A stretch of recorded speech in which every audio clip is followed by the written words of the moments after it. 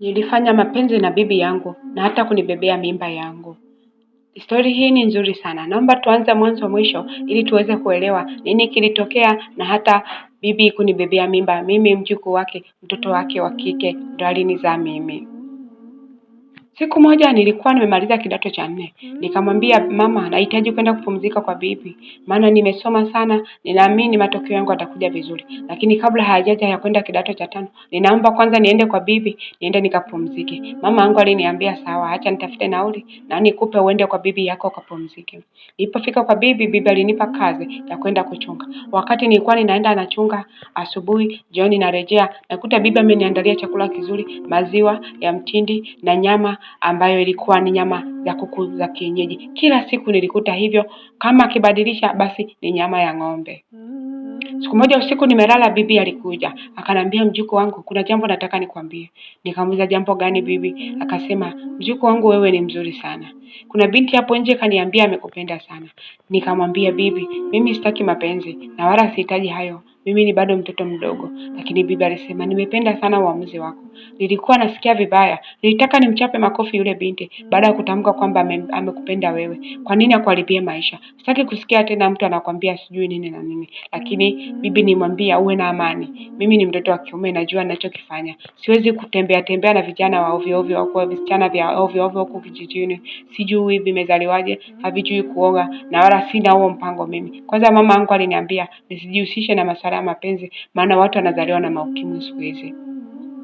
Bibi aliniambia okay sawa. Basi mjukuu wangu, nilikuwa nakwambia tu hivyo. Lakini bibi alinyanyuka, alivyofika pale mlangoni, aligeuka nyuma, alinitizama kwa muda mrefu sana, akatikisa kichwa na akaenda. Mimi nililala. Kesho yake asubuhi, kabla sijaamka, bibi aliingia. Alivyoingia, akaja akavuta shuka. Mimi kule kijijini kuna baridi sana. Nimwambia, bibi, nasikia baridi sana. Kwa nini umetoa shuka? Akanambia, nasikia baridi sana. Basi subiri mimi nikupe joto. Bibi alipanda kitandani na akanifunika na ile nguo aliyokuwa ameivaa yeye, ambaye ilikuwa ni kanga. Lakini bibi kanga aliyokuwa ameivaa ilikuwa ni hiyo hiyo, hakuwa na nguo nyingine ndani. Nikamwambia, bibi, sasa mbona unakaa wazi? Akanambia, sikai wazi. Kwani wewe unaniogopa mimi? Mimi ni bibi yako. Huna haja kuniogopa. Wewe ni kama bwana yangu. Kwa sababu sisi kwetu mjukuu wako ni kama mume wako. Kwa hiyo usiniogope. Nilianza kumwangalia bibi, mapaja yake yaliyokuwa kama flamingo mzee. Nilianza kumwangalia macho yake ya ajabu yaliyokuwa akinitizama kama crocodile. Nikasema, jamani, huyu bibi vipi? Mbona kama anataka kunipa rana? Lakini nilishindwa kutulia pale, nilianza tetemeka. Bibi akasema, hata usiogope mjukuu wangu. Hiki ni kitu cha kawaida. Unaogopa nini? Fanya ukuje, usitoke nje. Unatoka nje utaenda wapi? Nje sasa hivi kuna baridi sana na mvua inanyesha. Na ni kweli nje kulikuwa kumetanda ukungu wa mvua na nilikuwa ni asubuhi sana, umande mkubwa uliotanda kwenye kila sehemu. Nilibidi nirudi. Nikamwambia, bibi, siwezi lala hapo, labda wewe utoke. Akanambia, kwa nini nitoke? Unaogopa nini? Wewe ni kijana mkubwa sana. Lakini nikamuuliza, bibi, wewe jana uliniambia nisifanye ujinga wa aina yoyote na wale wasichana wa nje ambao ulikwambia wananipenda mimi. Waje wewe unakuja unalala hivyo na unakuja unanionyesha hivyo. Unataka mimi nifanye nini? Akanambia, bibi, kwani wewe unajisikiaje? Nikamwambia, mimi sijisikii vyovyote, bado unanitisha. Maana una macho yako kama mamba mzee. Ukiangalia hivyo kama chatu aliezeka, mimi siwezi. Akanambia, unaniambia mimi ngozi yangu kama chatu aliezeka? Nikamwambia ndio, kwa sababu umejikunja na imejifinya sana. Hakuna hata sehemu inavutia. Akanambia, basi siku ukinipenda utakuwa hata uone haya ambayo unayaona leo. Nikamwambia, bibi, mimi nikupende wewe. Nakupenda kama bibi yangu, lakini siwezi kukupenda hivyo unavyofikiri. Bibi akasema, okay sawa. Bibi alinyanyuka na akaondoka. Alibeba kikapu na akaenda shambani. Mimi nilibaki, baadaye nilifungulia ng'ombe nikaenda kuchunga. Nilivyorudi, bibi kama kawaida alikuwa ameniandalia vyakula vizuri, nikala. Nikamwambia, bibi, chakula cha leo kitamu sana. Akaniambia, na mimi leo nimepika katika ustadi mkubwa ili usinione mzee kama mamba ulivyoniambia jana. Nikamwambia, bibi, bado umeyabeba. Mimi hata sijui. Kwanza nilikuwa najua labda tu nilikuwa naota. Kwani ni dini kweli? Bibi, unaweza kuja ukafanya kitu kibaya na mimi? Mimi si mjukuu wako. Akaniambia, siwezi fanya hivyo. Lakini baada ya kula kile chakula nilianza kujisikia kama kulewalewa. Nikasema, bibi, mbona nakajisikia kama kulalala? Akaniambia, wewe basi usije kaanguka hapa. Hebu fanya uende kitandani ukalale. Utakuwa labda rudi uchovu. Nilinyanyuka nikaenda kitandani. Nikalala. Yaani nilipofika tu pale niliangukia kitandani. Nikalala usingizi. Lakini nilipoamka nilihisi kama nimefanya mapenzi. Sehemu zangu za siri zilikuwa kama mishipa inauma. Yaani kama simama kwa muda mrefu sana na pia inauma. Najisikia kama niko tofauti, afu pia ni kama ni mwepesi sana.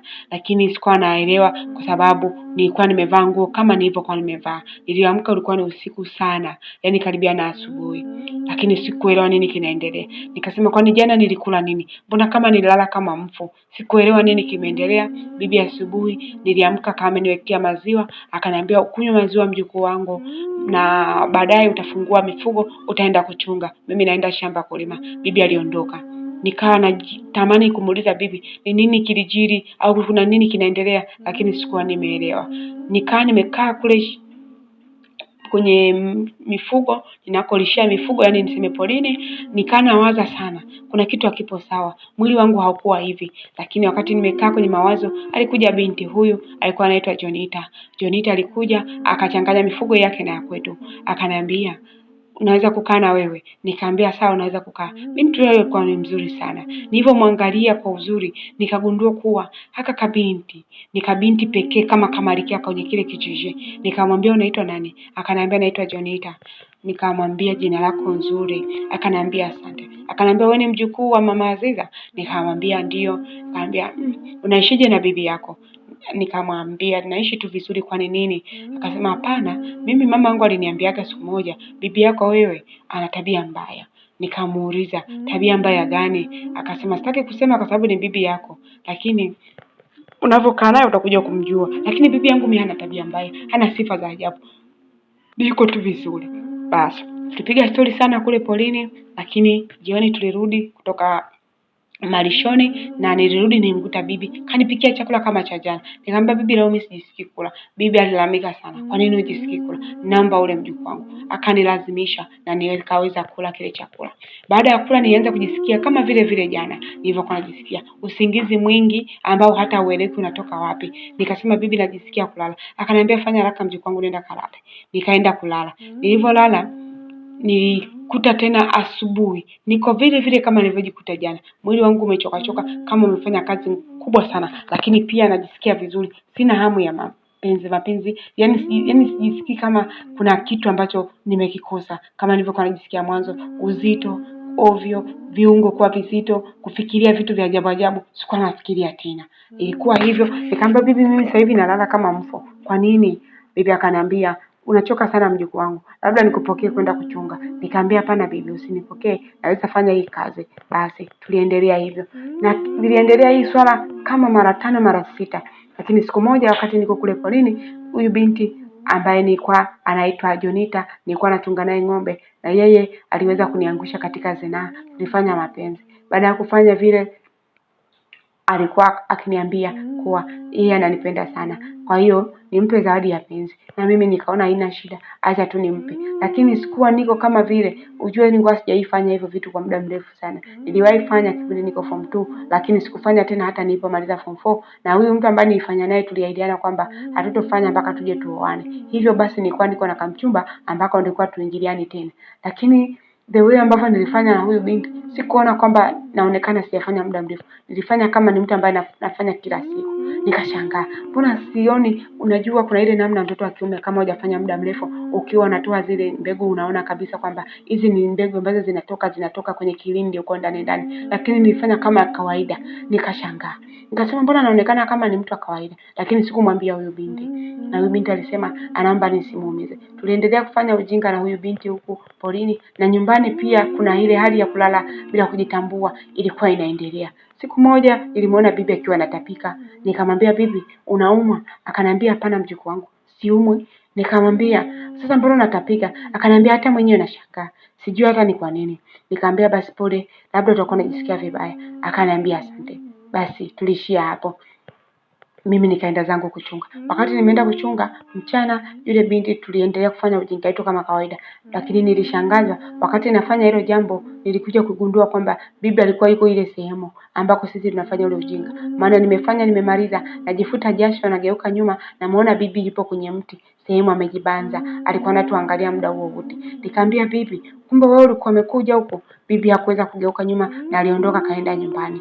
Nikasema bibi yangu yule, lakini huyu binti alisema achana naye, utaenda kumwomba msamaha baadaye na mimi nitaenda kumwomba msamaha baadaye.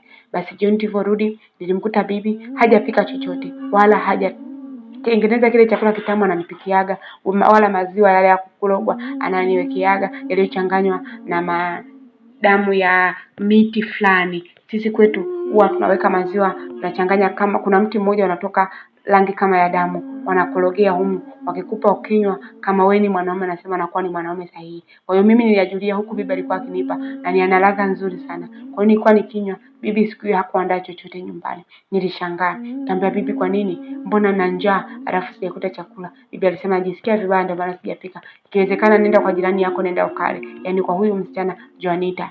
Nikamwambia kwani wewe kwao umepika? Na unasemaga bibi nitalia mpaka kupokea vyakula vya kila mtu. Mimi najua ameweka nini. Bibi alisema kwa leo naweza nikakuruhusu tu uende. Nikajua labda amekasirika. Nikamwambia bibi, kama ni kuhusu lile swala, naomba tu nisamee, ndio kwa leo tu tumefanya. Akaniambia una uhakika ni kwa leo tu? Nikamwambia ndio. Akaniambia una uhakika? Nikamwambia ndio bibi.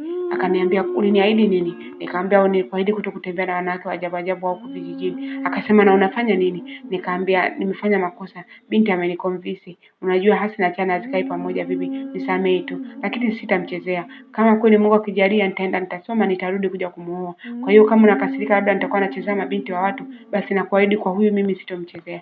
Bibi alikuwa ameonyesha amekunja sura na akupenda kile kitu nimeongea. Nikajua labda ana hasira tu kwa sababu nimeanza tabia mbaya. Baada ya muda alikuja yule binti akaja akapiga magoti kwa bibi, akamwambia bibi, samahani, naomba tusamee kwa ulichokiona leo, na kweli tumekuwa tukifanya hilo jambo sasa hivi kwa muda mrefu. Wakati mimi nimekataa kwa bibi, lakini yeye anasema kwa muda mrefu, na mimi nampenda sana mjukuu wako, ninaomba tu nisamee na ninaamini hata niangusha. Basi bibi, ikiwezekana tutaoana kabisa. Bibi hakumjibu kitu. Ile binti baadaye akanyanyuka na akaondoka kwenda nyumbani kwao. Mimi nilimfuata nyuma. Nikamwambia mwenzio niliongopa, na wewe umekuja kusema kwa muda mrefu, hujui kama tumejichoma. Akaniambia sasa ukuniambia kama umeongea nini? Mimi nilikuja tu nikajua mimi ndo nimeanza kuomba msamaha. Basi nisamee kama nitakuwa nimekosea. Nikamwambia hapana, wewe umeongea ukweli, mimi nimeongopa. Kwa hiyo wewe ndio uko sahihi. Binti huyo akaondoka, akasema sasa itakuwaje bibi hajanijibu? Kuone kama ni mbaya, asije akakuondoka kurudisha kwenu. Nikamwambia mimi ni mtu mzima, hawezi kunifunga kama kiroba kwenye kiroba tu nikaondoka. Lazima niseme, nikisema natoka, nikisema nabaki. Akaniambia nakuamini. Nikamwambia haya sawa. Alienda kulala, nilienda kulala. Hii siku wakati nimeingia kulala, bibi alikuja. Alisimama mlangoni kwa muda sana. Akaniambia, "Utafurahije ukiona mimi nimekufa?" Nikamwambia, "Bibi unaongea maneno gani hayo? Alafu umesimama, washa taa basi nikuone." Bibi akawasha taa.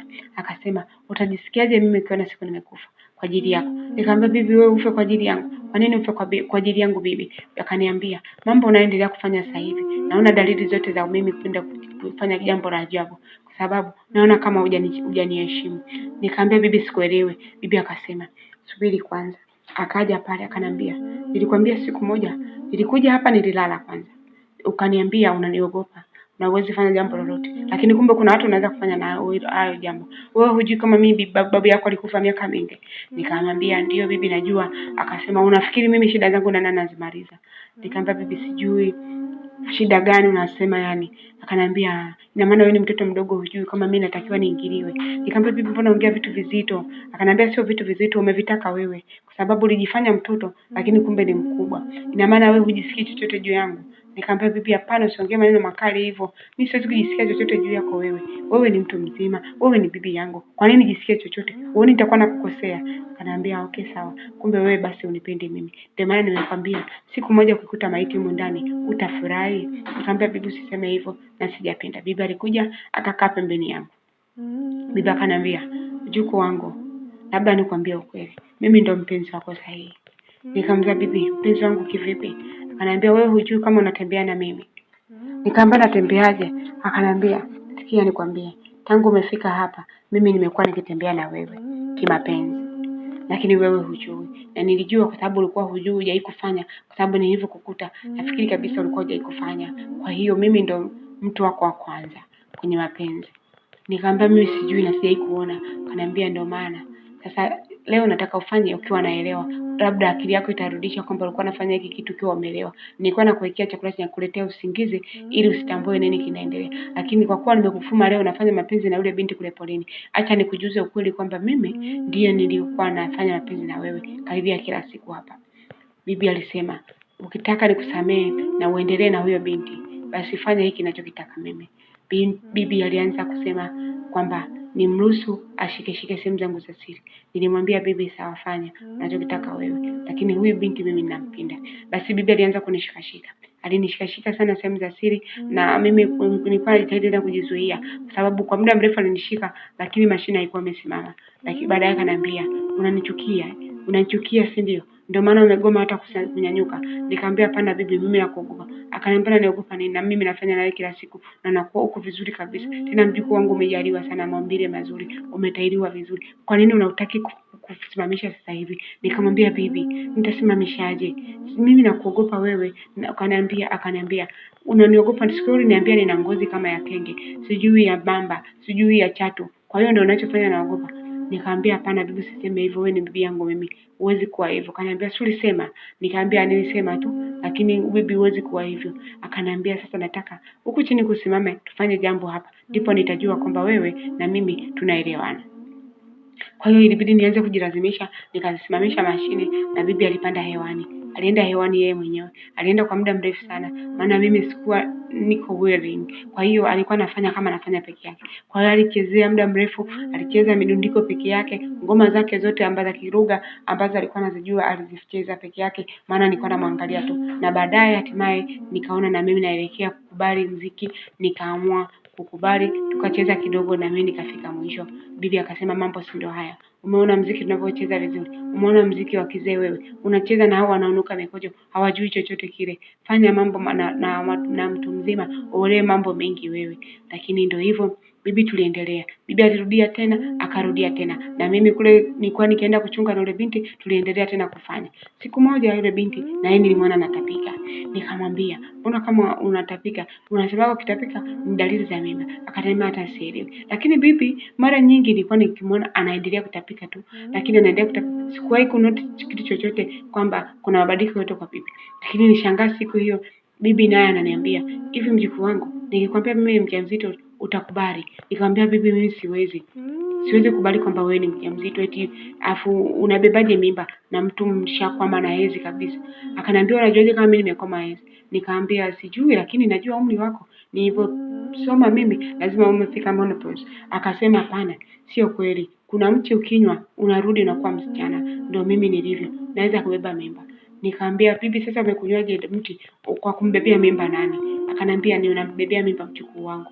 Nikamwambia bibi, usifanye hivyo. Wewe bibi utakuwa umerukwa na akili. Unibebee mimba mimi, alafu mama yangu atakuelewaje? Wewe ni mama wa mama yangu, alafu unibebee mimba mimi. Akaniambia kwani inashindikana? Na mbona tayari mimi na mtoto tumboni muda mrefu. Sasa hivi anacheza hapa. Nikamwambia bibi, mimi sijui hicho kitu. Labda babu zangu wamekupa huko. Mimi siwezi kukupa wewe mimba. Akaniambia okay sawa. Bibi tuliendelea kuishi. Nikaanza mchunguza. Nianza kugundua kwamba bibi kweli tumbo lilikuwa ni kubwa. Tumbo lilikuwa ni kubwa kabisa. Nikaja nikagundua bibi alikuwa na mimba ya miezi 5. Nikasema bibi, wewe bibi unakweli ni mjamzito. Mbona vyakula unachagua? Ukila unatapika. Akasema wewe ulisema uweze kumpa mimba mtu mzima. Sasa nataka nikuonyeshe kwamba kweli mimi na mimba yako. Nilifanya juu chini, nikahakikisha bibi namtoa ile mimba. Rafiki yangu huyu msichana huko polini aliniambia yeye aliwahi onyeshwa kuwa mtu akiwa na mimba kuna mti ule akila mimba inatoka. Kwa hiyo alikunywa yeye, mimba ile ikatoka ambayo ilikuwa ni ya kwangu. Na mimi nikaenda nikampa bibi bila mwenyewe kujijua, na akanywa ile dawa pasipo yeye mwenyewe kujijua. Nilimwambia tu ni dawa ya kifua, tumeichuma, nilichanganya na dawa kali ya kifua ambayo ilikuwa inanukia kama kifua, na bibi alikunywa kwa sababu alikuwa anakohoa kwa mara nyingi. Nikamwambia bibi, kunywa hiyo dawa, nimekutwangia, naona bibi yangu anakohoa sana. Akaniambia sawa. Alikunywa ile dawa, kumbe alikuwa anakunywa dawa kutoa mimba. Kwa alikunywa tena ni mara 3. Alikunywa tofauti na wengine wanasema kunywa mara moja basi, lakini yeye alikunywa mara 3 nzima akijua ni dawa ya kifua. Na kweli kifua kilikata, lakini baada ya siku 3 bibi alianza kulia usiku. Alikuwa analia usiku, akasema nimuite mtu, anahisi anakufa. Lakini kabla sijaenda kumuita mtu, mimi nilikuwa najua nini kimefanyika. Nilitoka nje ya nyumba, nikafunga mlango kwa nje, nikakaa nje ya nyumba. Sikuingia ndani hata asubuhi. lakini nilipoingia ndani nilimkuta bibi alikuwa ameshajifungua, yani mimba imeharibika, ametapaka damu, hawezi hata kutoka nje. Nikamwambia bibi, mimi nilivyotoka, si nilipotea nyumba, nilijikuta nimeenda mpaka chini kijiji cha pili, nilichanganyikiwa sijui. Bibi akaniambia na roho mbaya, umechanganyikiwaje ukaniacha mimi na bibi yako ndani peke yangu? Nikamwambia bibi hata sijui, kumbe mimi ndo niliyemfungia ili asitoke nje. Akasema na ni kwa nini ulifunga mlango? Nikamwambia bibi, nilifunga mlango nilikuwa hata sielewi nilivyokuona bibi ulivyokuwa unahangaika, kwa hiyo nijikuta nimefungia nje nikapotea. Baada ya hapo bibi akasema usimuite mtu yoyote, mimba yangu imetoka. Nikamwambia bibi sio kweli. Akaambia mimba yangu imetoka kweli mjukuu wangu, naomba usimwambie mtu yoyote, afanya juu chini, niletee dishi nijisafishe, niende nikavae nguo nikae ndani humu, mimi leo ninaumwa. Kwa hiyo nilimletea maji, bibi akajisafisha vizuri, akasafisha na mahali alipokuwepo, nikamfungulia mlango, akaenda akamwaga vile vitu, kila kitu kikakaa sawa. Bibi akawa yuko ndani na alisema tuchinje jogoo. Nilichinja jogoo, nikampikia bibi, akanywa supu, mimi nikaondoka zangu kuchunga. Niliporudi jioni nilimkuta bibi yuko tu vizuri, na kule yule mwanamke alikuwa tayari naye kashasafisha tumbo kule, wote wako tu vizuri. Lakini baada ya wiki kadhaa nilitembea na huyo msichana. Bibi alikuwa anakuja ameanza kunilazimisha tena ujinga wake, nikaa namkatalia. Anajilazimisha tena, analazimisha tufanye, nikaa namkatalia. Lakini mwisho wa siku tena na yeye akawa ananiwekea tena kile chakula, sijui ndio ananiwekea dawa. Akaniambia umenikatalia kwa macho yako, lakini mimi nimefanya mapenzi na wewe leo usiku. Kama uamini jiangalie vizuri. Kweli sehemu za siri hivyo ziminya zinatoka maji. Nikajua kweli bibi kafanya hiki kitendo. Kwa hiyo ikabidi niwe nafanya naye tu, kwa kuwa nilikuwa nikikataa yeye ananiwekea vitu ambavyo navijua mwenyewe, ninalala usingizi, anafanya nami. Ni heri nifanye nikiwa najiona. Basi ilienda hivyo. Siku moja huyu binti nje alikuwa na mimba pia. Mimi nikamwambia sasa hivi atotoe tena mimba, inabidi tufanyeje? Tuzae. Basi nikamwambia bibi, huyu Jonita ana mimba yangu, naomba azae na wazazi wake tutawaambia, mimi nitamuoa, lakini ataniruhusu kwanza niende mjini nikasome, nikishamaliza nitakuja kumfuata. Lakini bibi alisema sawa, kumbe alikubali kishingo upande. Na ni baada ya wiki moja mbele aliniambia naye kuwa ni mjamzito. Nikamwambia bibi, ujauzito wa nani? Akaniambia ni wa kwako mjukuu wangu. Nikamwambia bibi, ujauzito tena kwangu? Akaniambia tulikaa sana. Nikamwambia bibi, mimi matokeo yangu imeshatoka, inabidi niondoke. Niende wapi? Rudi jijini Dar es Salaam. Lakini bibi alisema hapana mjukuu wangu, wewe huwezi kaenda huko. Nimemwambia mama yako akufanyie mchakato shule usome huko. Kwa hiyo nilianza kusoma shule kijijini pale shule ya kijiji. Wakati nikienda shule nikirudi, bibi alikuwa ananiandalia chakula na tumbo likiendelea kukua. Lilikuwa mpaka likafika miezi 9, bibi mjamzito. Na huyu binti pia alikuwa amefika miezi 9, lakini ile ya kwenda kujifungua. Bibi alikuwa anaingia miezi 9, yeye alikuwa ameshakamilisha miezi 9. Nikamwambia huyu binti, kila kitu nilikuwa nahudumia. Kila mama akinitumia ya shule, mimi nilikuwa namhudumia binti, nimnunulia vitenge, vitu vya kujifungulia na kila kitu. Na wazazi wake walisema kwa sababu ni mimba za watoto kwa watoto haina shida, ila tu nisimtupe binti yangu. Na ni kweli nilikuwa nampenda sana binti yangu, lakini shida ilikuwa ni kwa bibi. Bibi ndani na alikuwa ananitumia, lakini hao watu nje walikuwa hawajui. Lakini huyu binti inaonekana alikuwa shapewa taarifa kwamba bibi yangu ana tabia mbaya, anapenda vijana wadogo, kwa sababu kuna siku aliwahi niuliza hilo swali.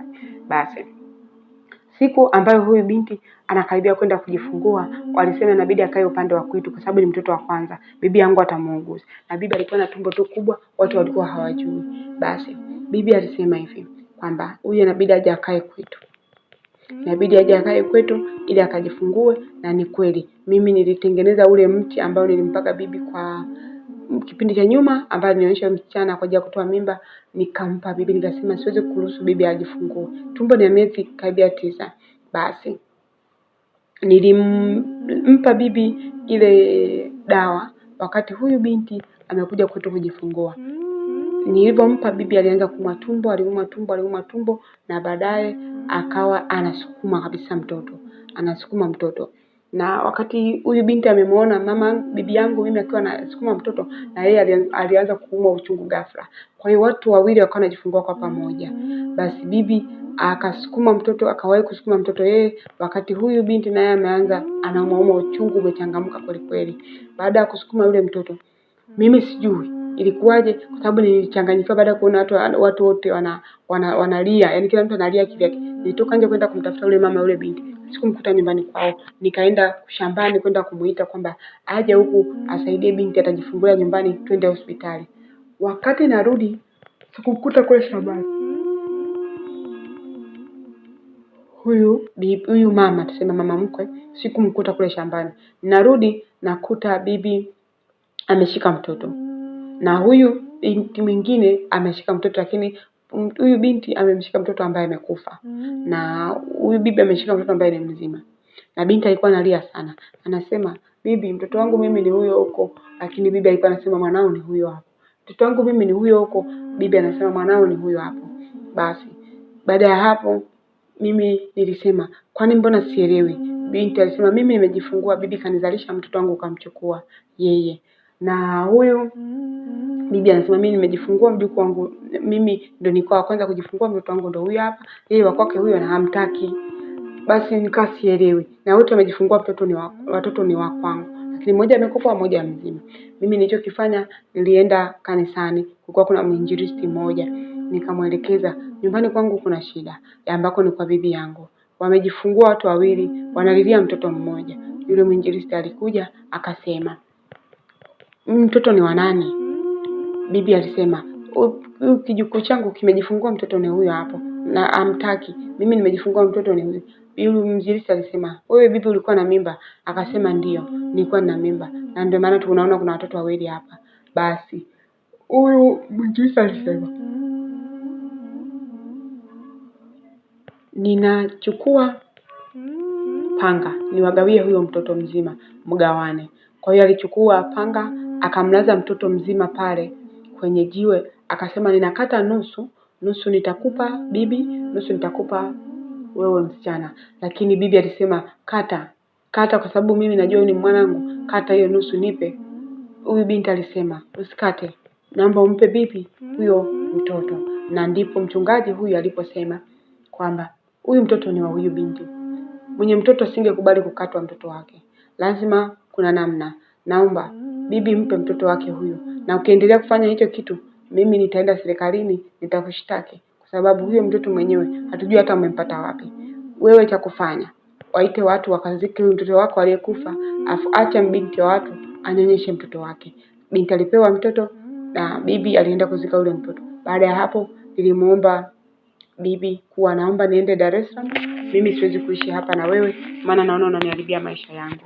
Na stori yetu ikaishia hapo. Nilimbeba binti yangu huyu ambaye ni mke wangu kipenzi, mchungaji mwenzangu, tukarudi zetu Dar es Salaam. Aliishi na mama yangu mpaka mimi nilipomaliza chuo kikuu, na tukaja tukafunga ndoa baada ya kupata kazi, na stori yetu ikaishia hapo.